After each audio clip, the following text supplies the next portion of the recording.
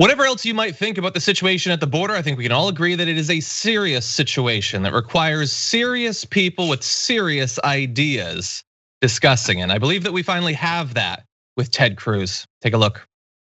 So it's past midnight. I'm standing on the shore of the Rio Grande. The water is right behind me. I'm down the Texas border along with 18 senators. We made the trip to see the crisis that is playing out. We've already gone to detention facilities that are overrun. Many of them with families, small children. We saw multiple mothers who were nursing infant babies who had just crossed over and were being housed in outdoor holding pens where they were sleeping on the floor and nursing their babies. Ted Cruz's normal shtick where he pretends to have empathy and a bit of gravitas, that seems out of place in the Senate chamber. When he's dragged some reluctant cameraman down to a random bush near the water, it just seems even more ridiculous. Dude, get out of the underbrush. What are you doing? What do you both think about this? Yeah. So first of all, I think you're being unfair to Ted Cruz's audition tape for Survivor, Cucked in Cancun. I thought he hit it out of the park. Yeah. While he is not naked, thankfully, he's always afraid. He's so afraid. Yeah. I mean, there's so many things here. It also, what was that? The one where they're always whispering and then people are yelling in the background. The horror movie. It was like it's the Blair Witch Project. Yeah, Blair Witch Project. There you go. He's like, I saw immigrant women. I'm so scared. Right. So I mean, I like the twist at the end where he's like concerned about detainee conditions. Oh, is that what we're concerned about now?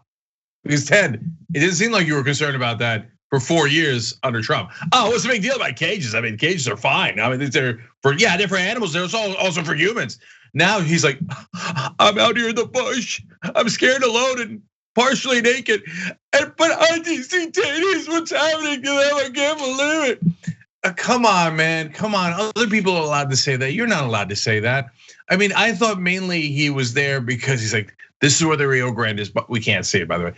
Rio Grande also behind this screen. Just okay. And he might have done that in his backyard. I don't know. But and then somebody whispers, Ted, Mexico's on the other side of the river. He's like, I'm making a break for it. He jumps and starts swimming. He's got to get to Cancun somehow.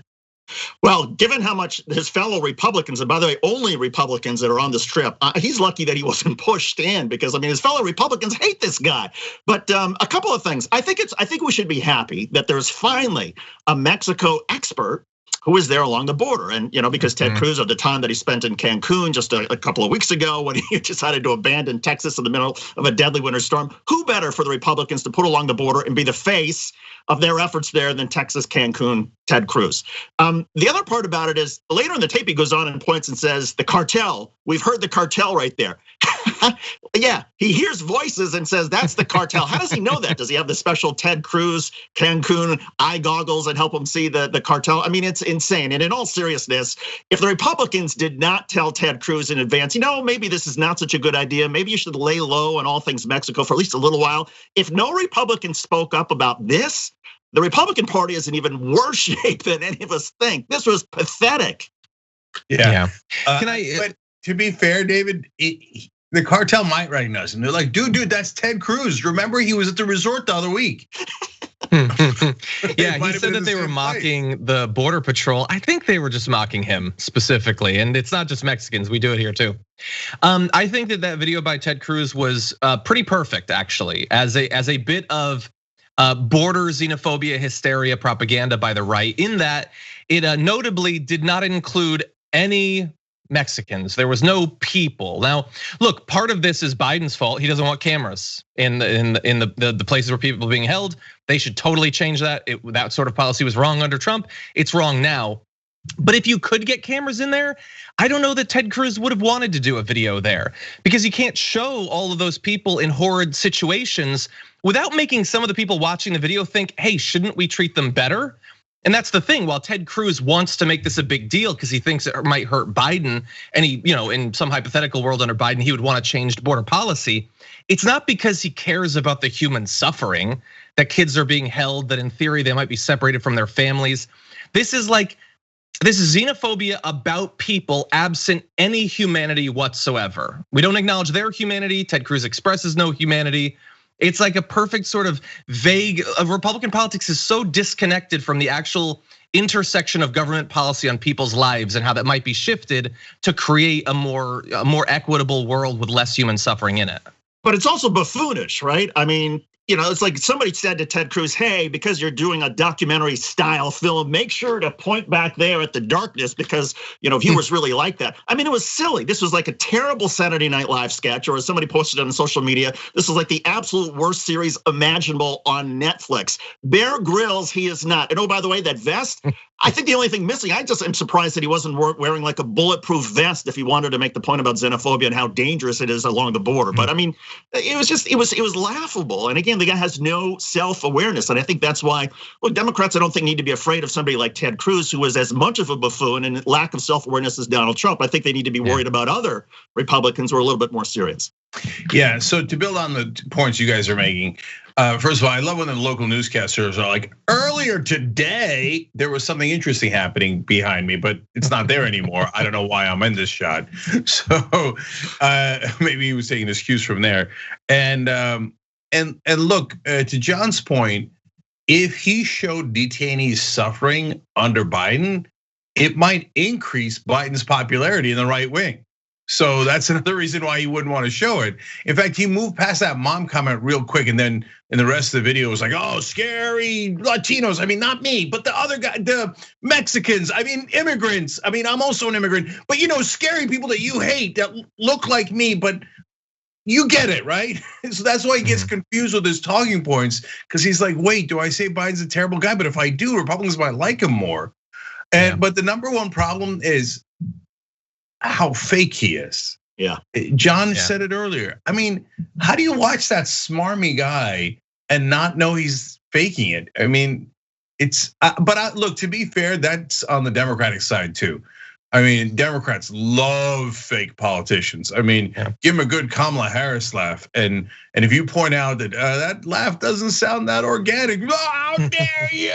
That's a beloved politician. The politicians are so real. If you say so, brother. And then last thing is, I can never stomach the irony of Cuban American Republicans like Ted Cruz telling us we shouldn't let immigrants in. Cubans have complete amnesty. They get to America any illegal way they like, and instantly they get literal amnesty and they're allowed to stay here. I don't mind that. But if you say that's the rule for Cubans, but the rest of the Latinos, we're gonna kick in the face when they get here, and the rest of the planet, we're gonna throw dirt on, and then we're gonna send a Cuban guy whose family, generally speaking, and they came through Canada, but same concept, left Cuba, got here somehow, and then says, oh, well, yeah, it was, but I want different rules for you. I want you to suffer and not have any of the advantages that I had. So it's kind of rubbing it in everybody's face, like we're the bad guys.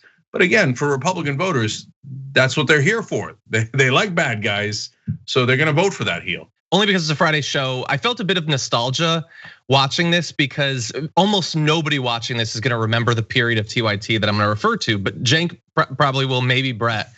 There was a brief period where we used to send Dave Kohler via green screen to do location reporting. Cenk, do you remember that? Oh, yeah. He did live hurricane reports. He reported from the surface of Mars. I would have loved to send him to some random bush, the Rio Grande, to do this. Maybe someday when we can all be in a studio again, we can make that happen. Thanks for watching The Young Turks. Really appreciate it. Another way to show support is through YouTube memberships. You'll get to interact with us more. There's live chat emojis, badges.